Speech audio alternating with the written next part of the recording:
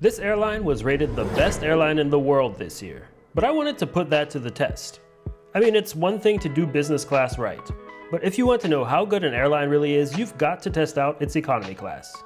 So I booked myself some Qatar Airways economy flights. The first flight was on one of their larger planes, a 777, and the second flight was on one of their smaller planes, an A320.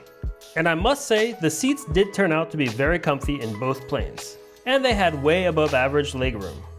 Both economy cabins felt pretty nice too, and they even had eau de toilette in the bathrooms. Plus, both planes had attentive flight attendants. Well, at least they paid attention to me. On the second flight though, they let the guy across from me lay out on 3 seats during takeoff. I guess maybe they're only attentive sometimes? But what we've really got to talk about here is the food. If an airline does everything else okay but has bad food, then it's a bad airline in my book. But even on airlines I'd consider good, food in coach is usually not that great. Qatar surprised me though. On the first flight they served Arabic mezza, which was as good as you'd find in a restaurant. And on the second flight they served a vegetable omelet with hash browns. That omelet definitely wasn't as tasty as the food I had on the first flight, but it was still some of the best I'd had in economy.